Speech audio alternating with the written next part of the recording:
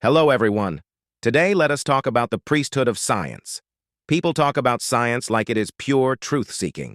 The method is open to anyone. The system that decides what gets heard is not. Here is the human side of how modern science often works.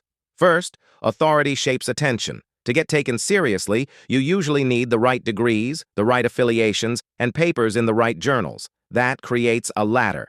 People near the top control access to funding, publishing, and career progress.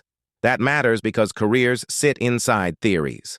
When a new claim challenges a field's core story, it can threaten reputations and decades of work.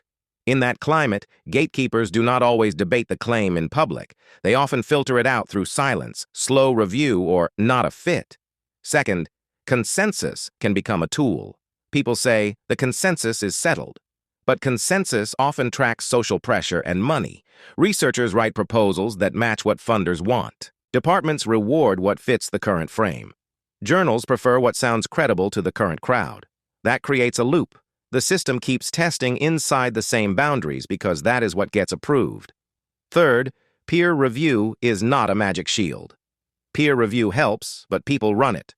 Reviewers carry commitments, incentives, and limited time. Errors pass through. Weak methods pass through. Overstated claims pass through. A published result can mean accepted by reviewers, not final truth. Now apply this to famous, settled topics. Take gravity.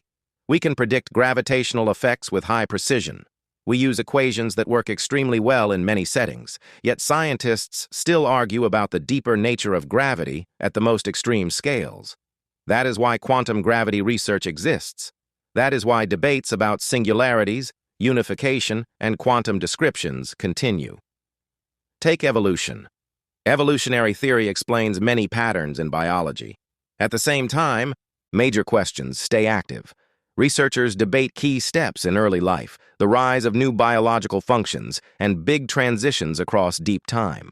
When institutions talk to the public, they often speak with more confidence than the frontier deserves. That protects authority and avoids uncertainty on camera. Finally, science runs on assumptions. The biggest boundary rule in many fields is methodological naturalism.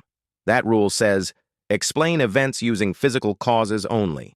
Science treats that rule as a working constraint, not a proven discovery. It shapes what counts as an acceptable explanation before the test even starts. So here is the point. Science is powerful. It builds medicine, technology, and engineering. But the scientific institution is still a human institution. It protects status. It rewards conformity. It filters risk. A map can guide you while still missing terrain. If you want truth, use the tool. Then watch the incentives behind the tool. Keep asking hard questions. Keep demanding clear evidence. Thank you for watching. Please like, share, and follow for more.